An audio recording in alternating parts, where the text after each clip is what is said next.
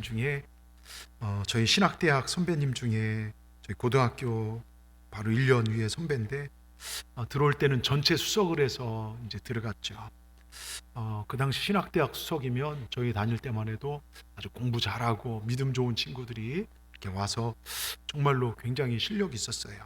4년 장학금을 타고 또 이제 유학도 갈 수 있고 또 정말 명예도 있고요.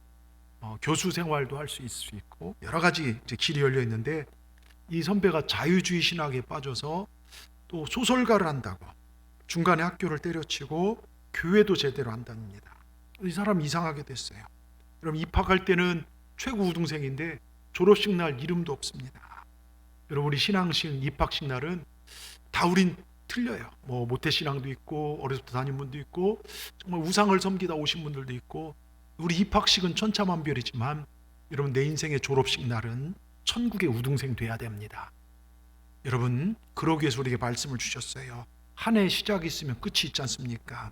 인생의 시작도 있고 끝이 있고 여러분 태어난 날이 있으면요 사망 선고일도 있더라고요. 엊그제 시작한 1월도 오늘이 마지막 주일입니다. 내 인생의 끝날이 있다. 여기서 삶의 지혜를 우리가 배워야 돼요. 에녹 같은 사람은 아들 낳아놓고 무드셀라 끝이 있다는 걸 깨닫고 나서 그때부터 하나님과 동행하는 삶을 살기 시작합니다. 여러분 땅의 보물로 땅의 축복으로 땅의 재미로 하늘의 축복과 하늘에 들어갈 것을 빼앗기지 않기를 주의 이름으로 축원합니다. 이 땅에서 아무리 풍요로운 삶을 살았다 할지라도 하늘에 내 집 없으면 망한 인생입니다. 이 땅에서 아무리 명예로웠을지라도 주님 재림하신 심판의 날에 내가 너를 모른다 그러면 그 인생은 끝난 인생입니다. 여러분 그러나 아무것도 없어도 나는 예수님 한 분으로 충분합니다. 모든 것을 가진 사람입니다.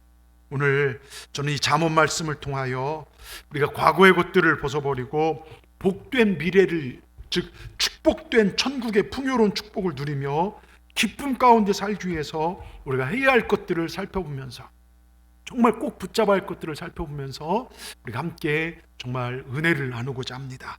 첫째요, 우리 제목을 같이 읽겠습니다. 죄가 있으면 기쁨과 평안이 있을 수가 없습니다. 여러분 1절을 보십시다. 악인은 쫓아오는 자가 없어도 도망한다 이렇게 써 있어요. 여러분 죄 지은 사람들 악인은요 쫓아온 사람이 없어 늘 두리번거립니다. 예? 도망합니다. 자, 인류 최초의 조상 아담과가 하나님 명령을 어기고 선악과를 따먹어요. 죄를 지었습니다. 근데 그 순간부터요 전에 없던 이상한 감정 하나가 생겨요. 두려운 마음입니다. 저는 에덴 동산에서 다 벗고 그렇게 살아도 하나님과 함께 지내면서 정말 즐겁게 살았는데 마음속에 평화와 기쁨이 있었는데 여러분 하나님 말씀을 어기고 나서부터는 죄를 범한 다음에는 상황이 달라졌어요. 평안과 기쁨이 사라지고 불안과 공포가 닥칩니다. 하나님 만나는 것이 두려워졌습니다. 그래서 나무 뒤에 숨어버려요. 여러분 우리가 은혜가 충만하고 주님께 받은 구원의 감격에 사로잡히면 예배에 나오지 말라 해도 나와요. 정말로 주님 하나님 얼굴 보는 게 그렇게 기뻐요. 근데 내가 죄를 짓고 예배부터 멀어지고 세상에 바삐 살다 보면 예배 한번 드리는 것도 부담이 될 때가 많아요. 이런 경험 해보셨지 않습니까? 그런데 여러분 죄 지은 인간이 숨을 곳이 어디 있습니까? 시편은요 시편 139편 7절부터 10절에 보면 이런 말씀이 있어요. 내가 주의 신을 떠나 어디로 가며 주의 앞에 어디로 피하리이까? 9절에 내가 하늘에 올라갈지라도 거기 계시고 음부에 정말 내 자리를 펼지라도 거기 계시나이다. 내가 새벽 날개를 치며 바다 끝에 거할지라도 주님 거할지라도 거기서도 주의 손이 나를 인도하시며 주의 오른손이 나를 인도하시며 주의 오른손이 나를 붙드시리이다. 여러분 무슨 얘기입니까? 주님께서 우리를 붙들어 주시고 인도하신다는 거, 어디서나 우리를 붙들어 주신다는 얘기도 있지만 어디서나 언제든지 주님은 우리를 보고 계신다는 거예요. 죄를 가지고는 피할 길이 없습니다. 주님 앞에 숨을 수가 없습니다. 사람이 죄를 범하고도 그걸 덮어두면 그만인 줄 알죠. 죄를 지고 내가 숨기고 속이면 사람들은 넘어갈 수 있어요. 내 아내도 속이고 남편도 속이고 부모도 속일 수 있지 모르지만 하나님은 속일 수 없다는 걸 기억하시길 바랍니다. 여러분 시골에서 꿩을 쫓다 보면요 이 꿩을 놀라게 하면요 이 꿩이요 놀라서 날아가는 것이 아니라 지가 뛰어가요. 타조인 줄 알아요. 여러분 그래서 막 뛰다가요 날다 뛰다 하다가요 볏짚이나 숯불에 머리를 딱 쳐박습니다. 그 앞에 안 보니까 꼼꼼하니까요 몸뚱이는 그대로 드러나 있는데 세상 자 꼼꼼해서 사냥꾼을 자기가 속였다 생각을 합니다. 여러분, 범죄한 인간이 하나님 앞에 숨는다는 것이 이 꿩이 볕단에 머리 쳐박는 거랑 똑같아요. 여러분, 왜 악인을 쫓아온 사람이 없어도 도망할까요? 이게 죄에 대한 하나님 내리신 감정이에요. 죄는요. 그런데 우리 믿음의 사람들에게는 이런 모습이 죄책감으로 느껴지게 와요. 여러분, 사도 바울, 아마 기독교 역사상 가장 정말로 위대한 인물을 뽑으면 사도 바울이에요. 근데 사도 바울쯤 되는 갈등이 없을 것 같은데요, 로마서 7장에 보면 철저한 내면의 싸움이 있어요. 하나는 뭡니까? 내 속에는 두 개의 내가 싸우고 있다. 하나는 죄를 자꾸 지르는 육의 생각, 또 다른 하나는 영의 생각. 자꾸 육의 생각이 정말 다른 하나는 영의 생각, 선을 행하고자 하는 성령의 생각이, 그런데 악이 나를 지킨다. 그래서 로마서 7장 24절에 뭐라고 합니까? 오라, 나는 곤고한 사람이로다. 이 사망의 몸에서 누가 나를 건져내랴. 여러분, 저를 보십시오. 이 사망의 몸에서 누가 나를 건져내라. 이 죄 때문에. 여러분, 그런데 이 사망의 몸이란 게 뭐냐면요, 이건 시체예요. 주석을 하면요, 고대 시대의 가장 끔찍한 형벌 가운데 막 유튜브나 쇼츠나 이런 데 봐도 나와요. 죽은 시체를 죄인들에게 꽁꽁 같이 묶어버려요. 시체를 묶어버려요. 그러면 시체가요, 썩어가면서 벌레가 나와서 산 사람을 갉아먹도록 서서히, 가려도 긁을 수가 없어요. 아파도 긁을 수가 없어요. 벌레가 눈으로 코로 들어가도 긁을 수가 없어요. 쫓아낼 수가 없어요. 묶여있기 때문에요. 떨어져 나가고 싶은데 떨어질 수가 없어요. 여러분, 나는 악으로부터 자유롭고 싶은데 사탄이 꽁꽁 붙잡은 그 유혹과 해방, 나는 유혹으로부터 해방받고 싶은데 벌레가 나를 갉아먹듯이요, 나를 삼키려 덤벼든다. 이게 사망의 몸에 붙잡힌 거예요. 오라, 나는 곤고한 사람이로다. 누가 이 사망의 몸에서 나를 건져내랴. 탄식하는 사도 바울의 탄식은 지금 이 시대에 우리의 갈등이고 우리의 탄식 아니냐 이겁니다. 나는 여기에 생각하고 바로 살아가지만 유혹에 넘어져 갖고서 쉽게 죄를 짓고 원망하고 불평하고, 다윗이 말한 것처럼요, 우리 마음속에 죄를 품고 있으니까 마음의 평화와 기쁨이 사라지고 여름 가뭄에 바싹바싹 마른 것처럼 타들어간다. 누가 뭘 하지 않아 깜짝깜짝 놀란다는 거예요. 여러분, 죄를 해결하지 못하면요, 그 죄로 인해 늘 불안하다는 것, 그리고 죄의 문제를 해결하지 못하면 우린 천국에 갈 수 없다는 것. 그래서 우리 주님 공생애를 시작하면서 첫 번째 외침이 뭡니까? 회개하라, 천국이 가까웠느니라. 여러분, 회개하지 않고는 누구도 천국 못 갑니다. 그래서 두 번째가요, 회개가 답입니다. 주님은 진정으로 회개하면 어떤 죄도 다 용서하시고 우리를 자녀 삼아 주시고 친구 삼아 주십니다. 여러분, 요즘 여자들이 용서할 수 없는 남자들이 있대요. 제가 몇 번째, 눈은 단추구멍만 해서 쌍꺼풀 수술한 사람은 용서할 수 있대, 아주 섹시하고 노출 심한 여자를 보면 눈이 막 이만해져서 눈 돌아간 사람은 용서가 안 된대요. 예? 과거 있는 남자 용서할 수 있지만 미래가 없는 남자는 용서가 안 된대요. 귀 뚫은 남자는 용서할 수 있지만 귀가 막혀서 말이 안 통한 남자는 용서가 안 된답니다. 예? 머리카락 없는 대머리 용서할 수 있지만 머리 빈 남자는 용서가 안 된대요. 잘 보세요. 우리 하나님도 마찬가지입니다. 죄 많은 사람 용서할 수 있을 때 주여 내 죄를 사하여 주시옵소서, 용서하여 주시옵소서, 회개하지 않는 사람의 죄까지는 용서하지 않으시더라고요. 여러분, 의인이 누굽니까? 착한 일한 게 의인이 아니에요. 죄 지은 사람이 십자가 보혈로 죄를 사함받고 예수 그리스도를 믿음으로 말미암아 구원받은 자들을 성경은 의인이라고 합니다. 예수님을 그리스도로 믿는 자들요. 자, 오늘 13절을 보십시다. 잠언 28장 13절에 뭐라고 써 있습니까?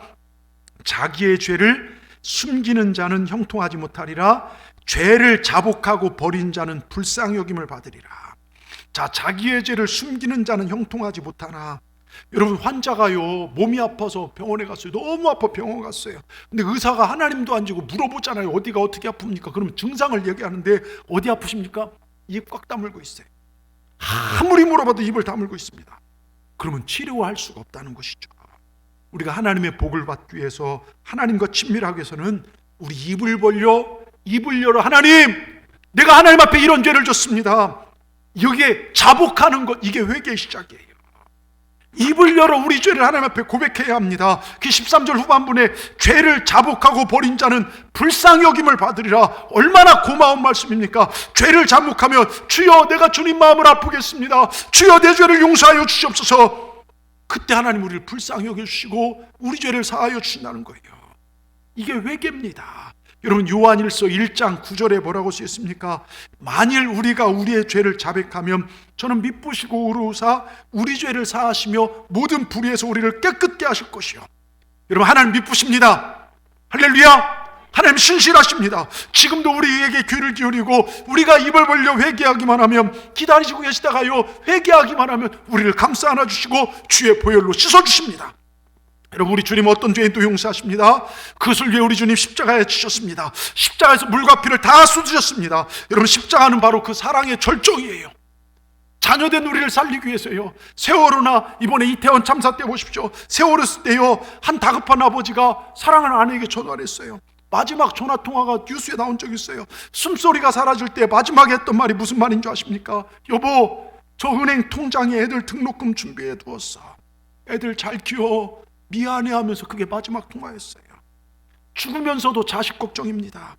바닷물에 젖어 싸늘한 시선으로 돌아온 아들을 끌어안고 한 엄마가 통곡하는 게 나왔어요. 아들의 양말을 벗기면서 내 아들 얼마나 발시렸을까, 내 아들 얼마나 발시러웠을까. 여러분, 이게 어머니의 마음 아닙니까? 이 땅에 아비 되고 어미 된 사람들의 최고의 고통이 있다면요, 내가 아픈 게 아니라 내 눈앞에서 자식이 위험에 빠져 죽어가는 모습 아닙니까? 내 사랑 한번 생각해 보세요. 내 그 이쁜 자녀들이요, 내 앞에서 죽어가는 모습, 고통당하는 모습이요, 이건 10번 100번 죽어도 원치 않는 모습 아닙니까? 부모된 자로서 그렇지 않습니까? 근데 이게 하나님 아버지의 마음이에요. 저와 여러분이 살기를 그렇게 원하십니다. 저 뜨거운 불지옥에서 영원토록 고통당하신 걸 볼 수 없어서, 그래서 독생자 예수를 대신 죽으셨어요. 여러분, 그 예수님만 우리가 믿으면 됩니다. 우리가 왜 성형성을 볼 때요 십자가를 보는 줄 아십니까? 여러분, 초대교회 성도들은요, 십자가에서 예수님이 나를 위해 죽으셨기에 내가 지금 고난당하고 핍박당하고 내가 순교할지라도 성부, 성자, 성령 하나님을 찬양하다 난 죽겠다, 그 찬양입니다. 예? 여러분 보십시다. 예수님 정말로 나보다 내가 더 잘되길 원하신 그 주님께서 우리 죄를 사하시기 위해서 하늘 영광 보좌를 버리 이 땅에 내놓으셨어요. 여러분, 혹시 지금 죄 가운데 빠져 지내는 분 계십니까? 내가 주님으로부터 너무 멀어진 것 같지는 않습니까? 예배랑 멀어지지 않았습니까? 예배를 드려도 별로 기쁨이 없고요, 십자가를 봐도 감동이 없진 않습니까? 그냥 바쁜 일상에 젖어서 삶에 파묻혀서 하루하루 감정 소모하며 살아가고 계시진 않습니까? 우리 다시 주님 십자가 앞으로 나옵시다. 주님께서 우리를 기다리고 계십니다. 하나님을 경외한 자리로 나가십시다.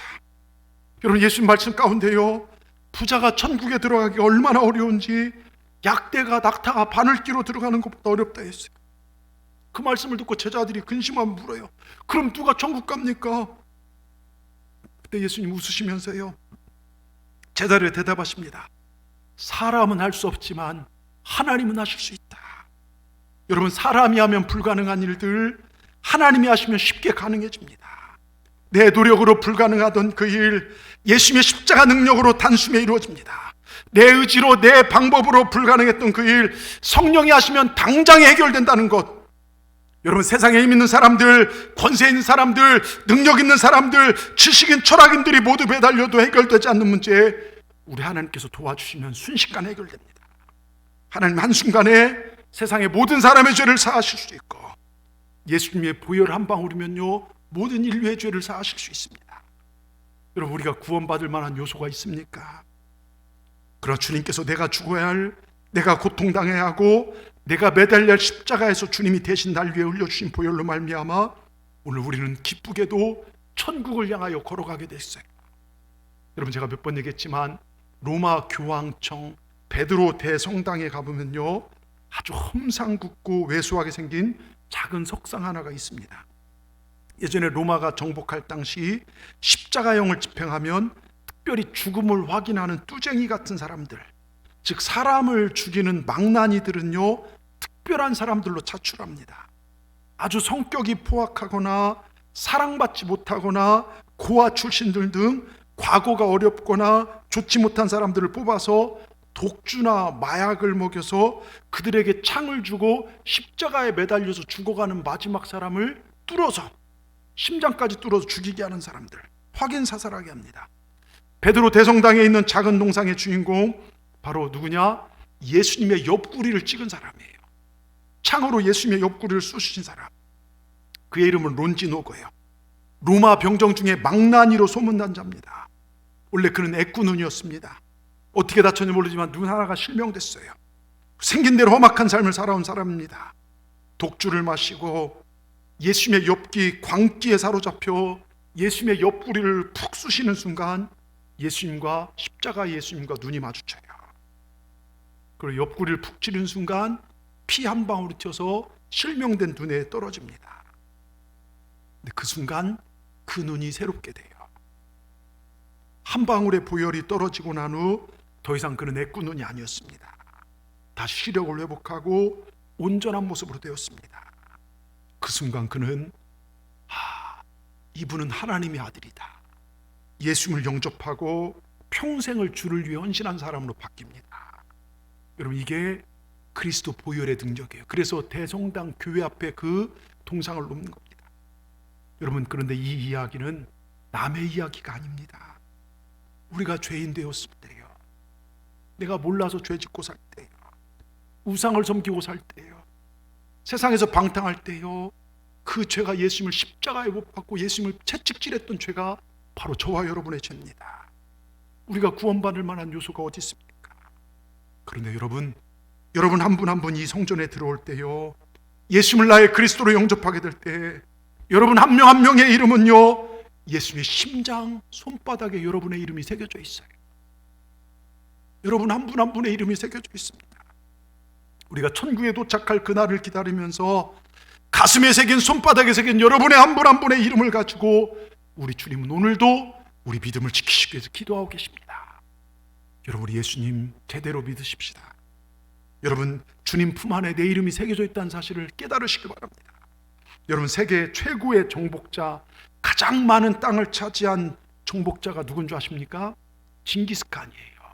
제가 한 자료를 보면서 보니까 징기스칸이 차지한 땅이요 777만 평방킬로미터, 알렉산더가 2위 348만, 그 다음에 히틀러가 219만, 그 다음에 나폴레옹이 115만.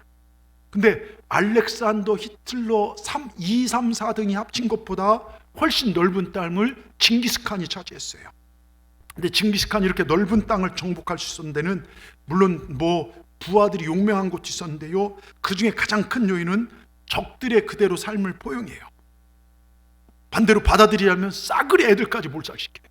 그러니까 당근과 채찍으로요, 가족과 자신의 목숨까지도 버릴 수 있는 수많은 부하들을 또 거느렸어요. 징기스칸에게는 4명의 탁월한 장군들인데요, 그 중에 한 장군의 이름이 제베라는 장군이 있어요. 원래 활을 굉장히 잘 쏘는 징기스칸의 적이었습니다. 전쟁 중에 활로 징기스칸의 목을 뚫었던 사람이에요. 그러니까 죽음 직전까지 징기스칸을 몰고 갔던 사람이에요. 그런데 여러분 같으면 어떻게 하겠습니까? 네가 나를 죽이려 목을 칠 수 있잖아요, 잡혔으니까요. 근데 징기스칸은 그러지 않고 정말로 너 나한테 충성을 맹세해라. 충성을 맹세한 다음에 뭐라고 하냐면 너커르, 너는 내 동지다. 그리고 그에게 화살촉, 제베란 뜻의 이름을 가진 그 이름을 지어줬어요. 이러한 관대함의 제베 장군은 감동하여 징기스칸을 위하여 목숨을 바치는 장군이 되었습니다. 자, 여러분, 예수님께서 우리에게 보여주신 희생과 사랑은 징기스칸의 용서와 사랑과는 비교가 안 돼요. 십자가 희생과 사랑입니다. 누가 나를 위해 대신 죽을 수 있겠습니까? 누가 나를 위해 채찍만, 여러분, 내가 조금만 욕먹어도 핏대대고 싸우는데요, 누가 나를 위해서 정말로 채찍 맞고, 누가 나를 위해서, 우리 예수님의 그 사랑, 여러분, 정말로 아버지 하나님께서 지옥 갈 나를 대신하여, 영원히 죽을 나를 대신하여 우리 예수님을 십자가에 죽이시고 그 사실을 믿는 우리들을 자녀 삼아 주셨다는 것. 여러분, 우린 그렇게 하나님의 자녀가 되었어요. 내가 잘해서가 아닙니다. 우린 지옥 백성에서 천국 백성이 되었습니다. 할렐루야. 여러분, 감사하시길 바랍니다. 여러분 보세요. 그러면서 14절, 잠언 28장 14절, 항상 경외한 자는 복되가 아니마 마음을 완악하게 한 자는 재앙에 빠지리라. 여러분, 항상 하나님을 경외해야 돼요. 경외한다는 게 뭡니까? 우리 예수 믿는 사람들의 가치관, 우선순위 문제를 분명히 하고 살라는 거예요. 성경적 가치관으로, 예배 우선으로, 믿음 생활 우선순위를 확실히 하고. 여러분, 11조도 그 중에 하나죠.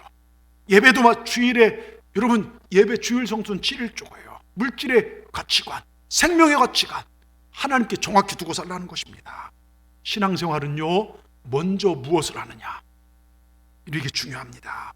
어느 교회에서요 성전 건축이 시작됐어요. 담임 목사님 마음만 뜨겁지 교인들의 가슴은 냉랭합니다. 기도했죠. 이때 하나님 앞에 제일 먼저 감동된 사람이 있었어요. 가난한 과부입니다.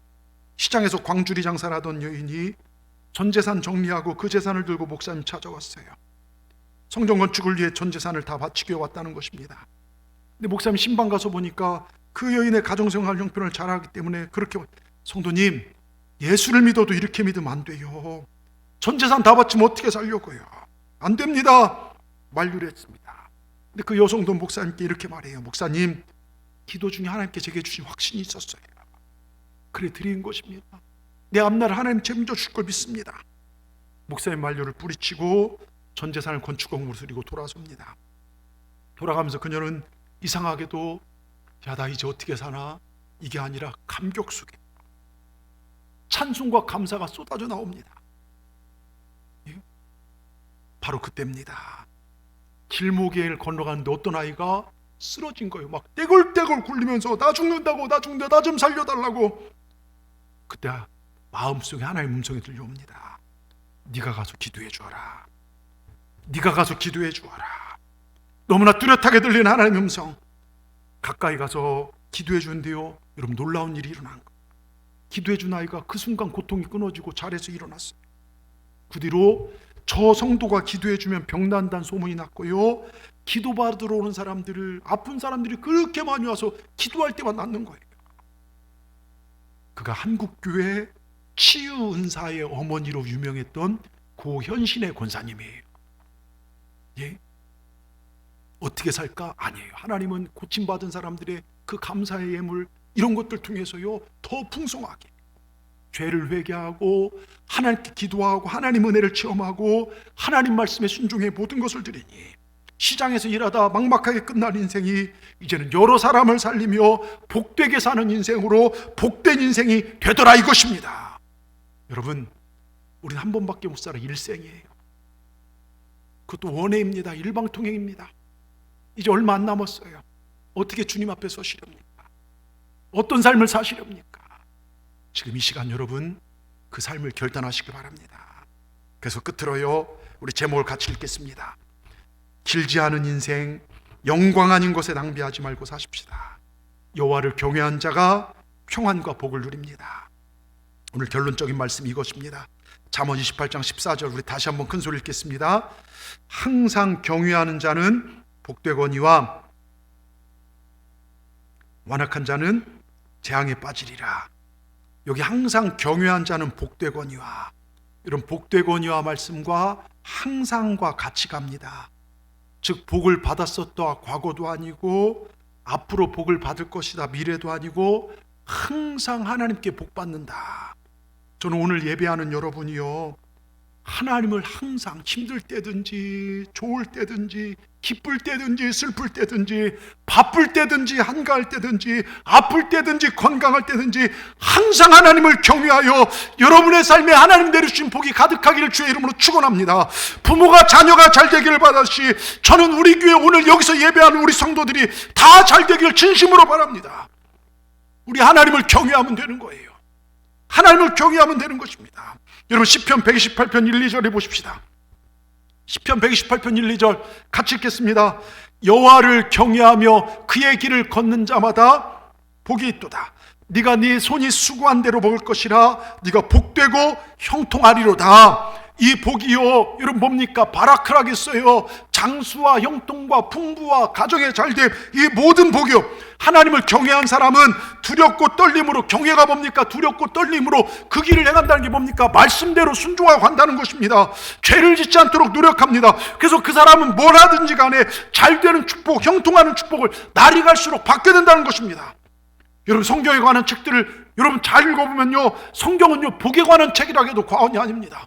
창세기 시작부터 시작해서요 하나님께서는요 창세기 1장 28절에 너희들은 복이 되라 번성하는 복을 주시고요, 창세기 12장 2절에 보면요 아브라함 부르시고 너와 너의 자손을 통하여 민족의 복을 받으리라 번창하는 복을 얘기하고요, 창세기 49장 25절은 자녀들이 복을 받을 것이다. 또 출애굽기 10장 보면 대적들로부터 너희들이 승리하는 복을 받을 것이다. 또 질병에서 치료하실 뿐만 아니라 건강의 복을 줍니다. 여러분 출애굽기 13장 25절 보십시다. 제가 막 정신없이 몰아치니까 막 정신없이 듣고 계신데 잘 들으시길 바랍니다. 출애굽기 23장 25절 같이 읽습니다. 너희 하나님 여호와를 섬기라. 그러면 여호와가 너희 양식과 물에 복을 내리고 너희 중에 병을 제하리니 할렐루야. 하나님을 섬기시길 바랍니다. 제대로 예배하시길 바랍니다. 그러면요 여러분 광야에서 양식과 물으면요 이건 생명이에요. 우린 지금 광야교회를 걸어가는 거예요. 우리는 아직 천국에 안 들어갔어요. 여러분이 광야길을 걸어가는데 하나님을 잘 섬기면 우리 양식과 물에 복을 주시고 우리 건강에도요. 예? 엊그제 어떤 목사님이 백두산 가는 법 가르쳐 주시더라고요. 백두산 어떻게 합니까 했더니 백두산 가는 법이 102살까지 사는 법이래요. 예? 그 아침에 일어나서 뭐 눈동자를 몇 번 돌리고 귀를 잡아당기고 따뜻한 물을 마시고 저녁에 자기 직전에는 뭐 스트레스를 몇 번 하고 괄약근을 100번 쪼았다 하나 뭐 이런 걸 가르쳐 주시더라고요. 예? 여러분 하나님은 여호와를 섬기면 하나님 책임져 주셔요. 시편 29편 11절 평강의 복을 주십니다. 근심 걱정 없는 평강에 여호와께서 자기 백성에게 평강의 복을 하나님 주시면요 평안해요.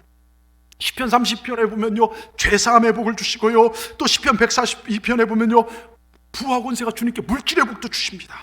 더 나아가서 우리가 죽어도 천국 가도록 인도하시는 영생의 복을 시편 133편에 주셔요. 근심 걱정 평강의 복을 잠언에서 얘기하고요. 여러분 자 보세요. 이 기록된 모든 축복의 약속을 누구에게 주십니까? 누구에게 주십니까?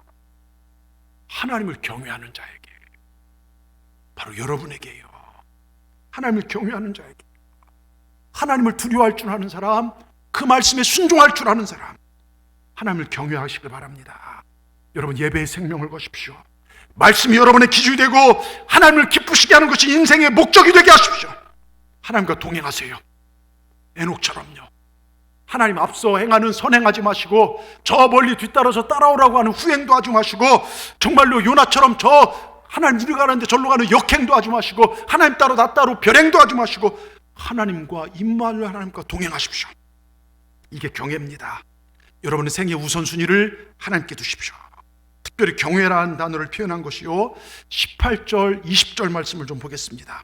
잠언 28장 18절에 보면 뭐라고 써 있습니까? 성실하게 행한 자는 구원을 받을 것이라. 성실하고요 20절 충성된 자는 복이 많아도 성실과 충성 이것이 바로 하나님을 경외하는 삶입니다. 우리 예수 믿는 사람들은 교회에서 가정에서 직장에 성실해야 돼요. 충성해야 돼요. 불평하고 비방하고 그렇게 하면 안 돼요. 우린 뭘 맡겨도 성실해야 합니다. 맡겨진 모든 일에 충성을 해야 합니다. 그럴 때 충성할 때 복이 많다라고 성경은 이야기합니다. 우린 대충 믿으면 안 돼요. 하나님을 섬기는 그것을 최우선순위고 성실하게 충성할 때 하나님 우리에게 복을 주십니다. 꼭 기억하십시다. 하나님 살아계신 하나님이십니다. 어느 날 평양에 사는 도산 안창호 선생님께서 경성의 배제학 당에 지원하자 아펜젤러 선교사님에게 물었어요. 선교사님 묻습니다. 평양에서 경성까지 거리가 얼마나 됩니까? 안창호 선생님이 대답합니다.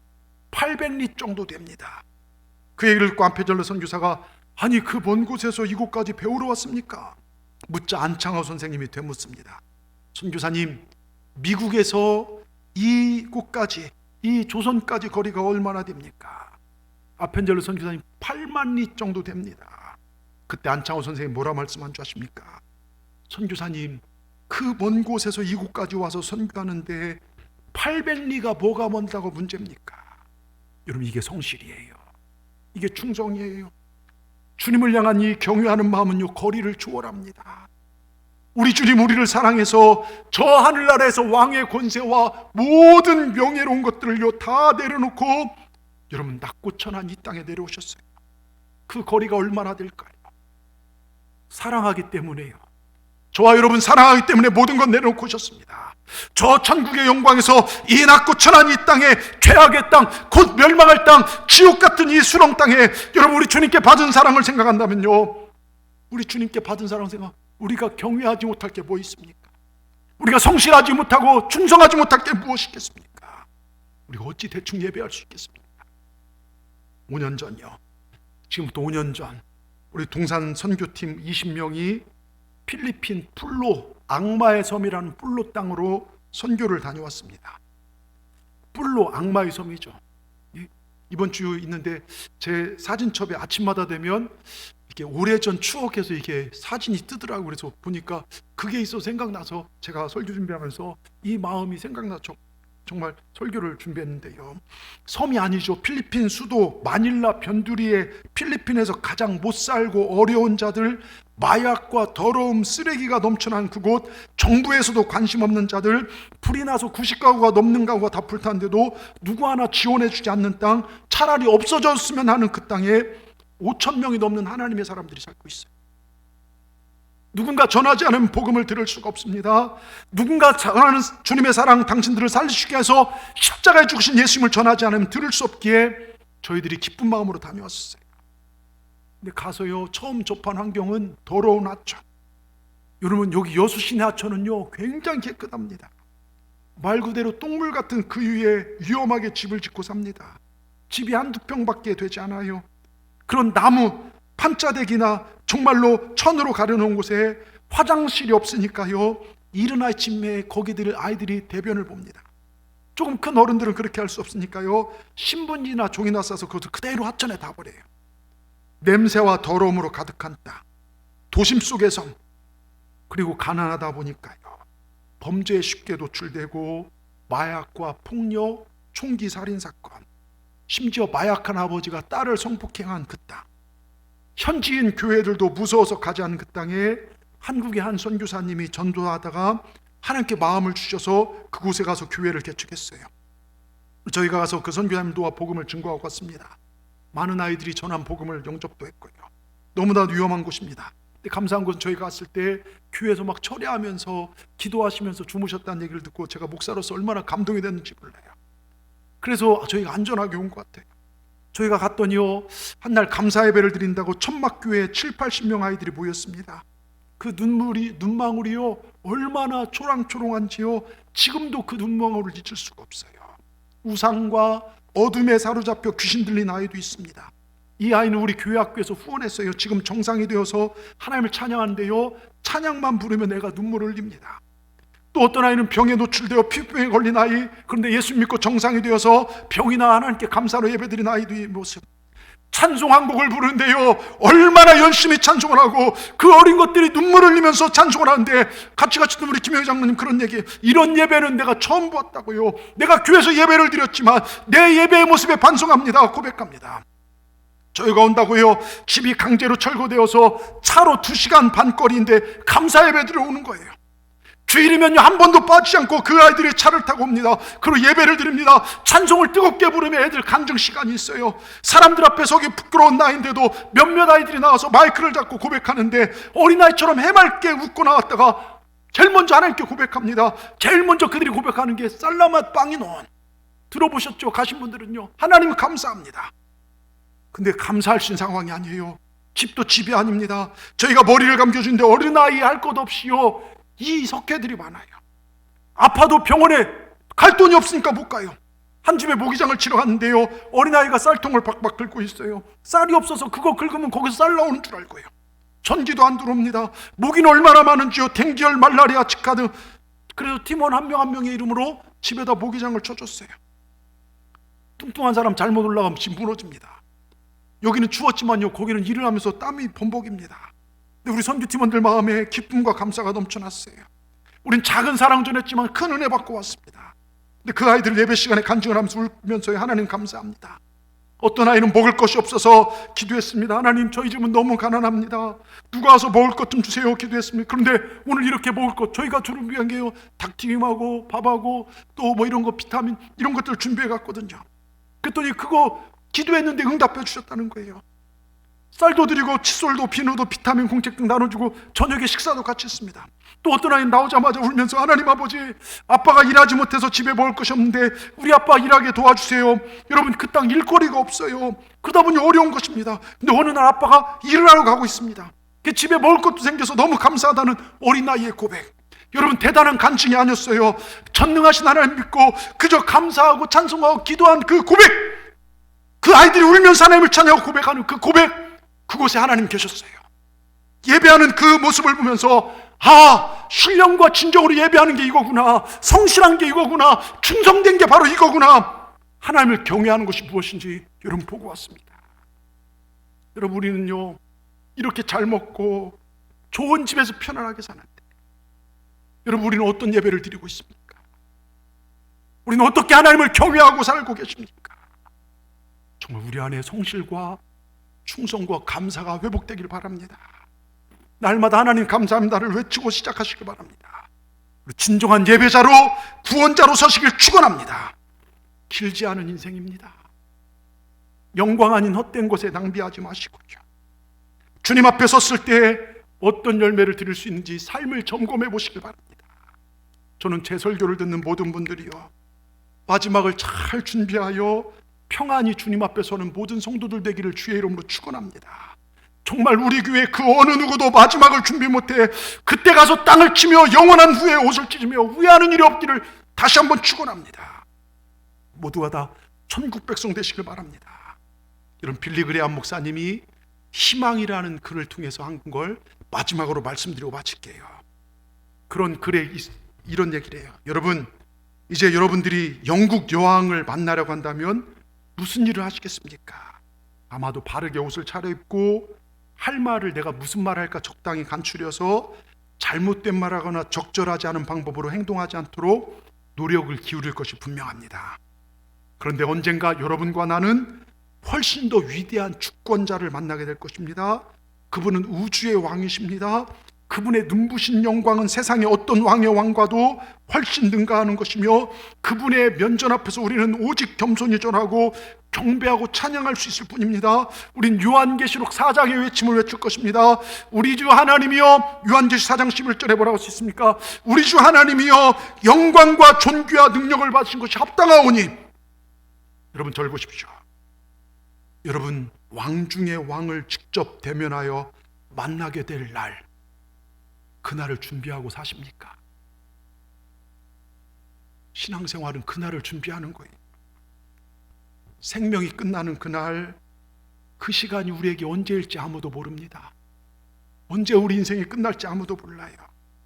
여러분 준비할 시간은 바로 지금입니다. 여러분의 삶을 그리스도께 바치고 왕의 자녀로 살아가기 시작한 시간은 바로 지금입니다. 우리 더 하나님 더 사랑하십시다. 하나님께 더 경배하십시다. 충성되어 헌신하십시다. 교회를 세우는 일에 최선을 다하십시다.